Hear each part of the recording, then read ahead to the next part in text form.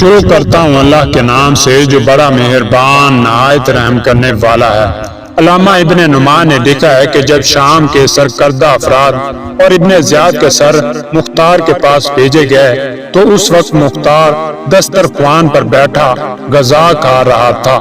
جب مختار کی آنکھ ابن زیاد کے منحوس سر پر پڑی تو مختار نے اللہ تعالیٰ کی حمد و ثنا کی اور اللہ کا شکر ادا کیا اور کہا کہ جب امام حسین علیہ السلام کا سر مبارک ابن زیاد کے سامنے رکھا گیا تھا تو اس وقت یہ پلید دسترخوان پر بیٹھے غذا کھا رہا تھا، اور اب جب کہ اس ملعون کا سر میرے سامنے لایا گیا ہے میں بھی دسترخوان پر بیٹھے غذا کھا رہا ہوں۔ جب مختار نے کھانا کھا لیا تو اٹھا اور اپنا پاؤں اس کے چہرے پر رکھا اور اس کے بعد اپنا جوتا اپنے غلام کو دیا اور کہا کہ اسے پاک کر لاؤ، کیونکہ میں نے ایک کافر کی صورت پر اسے رکھا ہے۔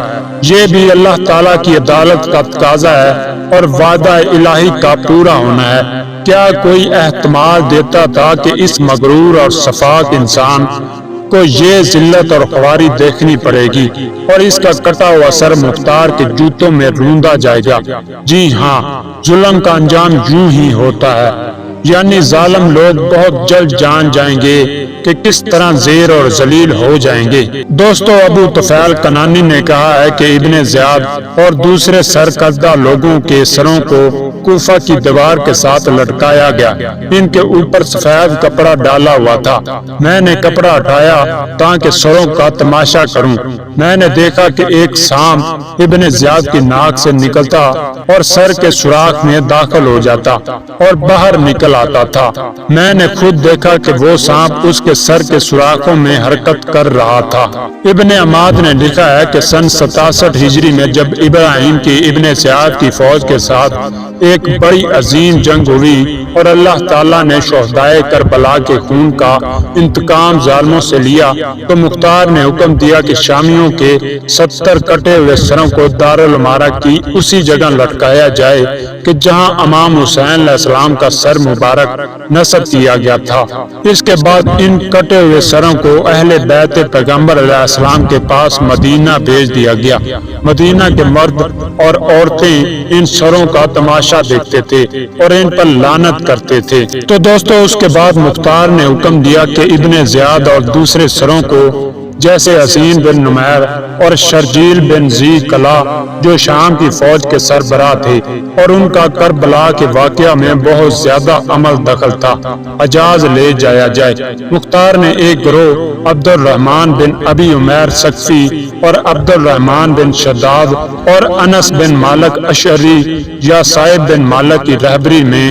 30,000 دینار دے کر مکہ روانہ کیا تاکہ وہ ان سروں اور مال کو بعنوان بہترین ہدیہ اہل بیت پیغمبر اور بالخصوص امام زین العابدین علیہ السلام اور محمد بن حنفیہ کے پاس لے جائیں، اور ایک خط بھی محمد بن حنفیہ کے نام اس مضمون کا لکھا کہ میں نے آپ کے یار اور انصار اور پیروکاروں کو تمہارے دشمنوں کے مقابلے کے لیے بھیجا اور وہ آپ کے مظلوم بھائی کے خون کا انتقام لینے کے لیے کھڑے ہو گئے، اور اس کام کو وہ خدا کے لیے انجام دے رہے تھے اور مظلوم شہداء کی شہادت سے سخت متاثر تھے۔ انہوں نے آپ کے دشمنوں سے جنگ کی اور خدا کا شکر ہے کہ انہوں نے آپ کے خون کا انتقام لے لیا ہے، بیابان میں ہر جگہ ہلاک کر دیا یا ان کو نہر کی موجوں کے سپرد کر دیا اور وہ غرق ہو گئے ہیں۔ خداوند عالم نے مومنوں کے دلوں کو اس فتح اور کامیابی سے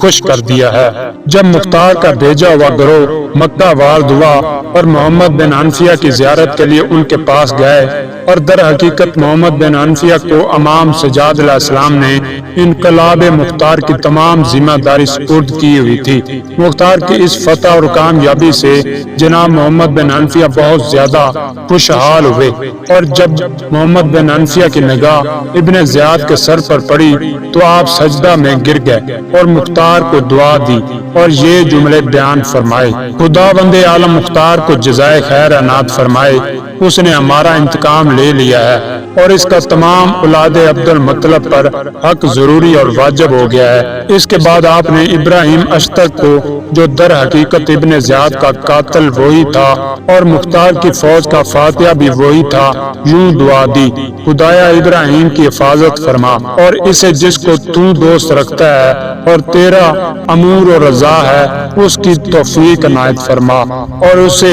دنیا اور آخرت میں اپنی مغفرت کا مورد قرار دے۔ محمد بن حنفیہ نے اس مال کو کہ جو مختار نے بھیجا تھا اہل بیت پیغمبر اور شیعوں اور مہاجر اور انصار اور ان کی اولاد میں مکہ اور مدینہ میں تقسیم کر دیا اور ابن زیاد کا منحوس سر امام زین العابدین علیہ السلام کی خدمت میں روانہ کر دیا۔ جب مختار کا گروہ سروں کو لے کر مدینہ امام زین العابدین علیہ السلام کی خدمت میں حاضر ہوا تو امام علیہ السلام بھی دسترخوان پر بیٹھے غذا تناول فرما رہے تھے، تو امام زین العابدین علیہ السلام ابن زیاد کے سر دیکھنے سے بہت خوشحال ہوئے اور سجدہ شکر ادا کیا اور یہ جملے ادا فرمائے: خدا کا شکر ہے کہ اس نے ہمارے دشمن سے ہمارے خون کا انتقام لے لیا ہے اور خدا بند عالم مختار کو جزائے خیر عنایت فرمائے۔ اس وقت امام علیہ السلام حاضرین کی طرف متوجہ ہوئے اور فرمایا: جب مجھے ابن زیاد کے پاس لے جایا گیا تو وہ ملعون دسترخوان پر بیٹھا غذا کھا رہا تھا اور میرے باپ کا سر اس کے سامنے پڑا ہوا تھا۔ میں نے اس وقت بد دعا کی تھی کہ خدایا مجھے نہ مارنا یہاں تک کہ ابن زیاد کا سر مجھے دکھانا۔ امام علیہ السلام کی دعا قبول ہوئی۔ امام علیہ السلام کی اس دعا سے مختار کا مقام اور مرتبہ معلوم ہو جاتا ہے، کیونکہ امام زین العابدین علیہ السلام اس کے لیے بھی دعا فرما رہے ہیں۔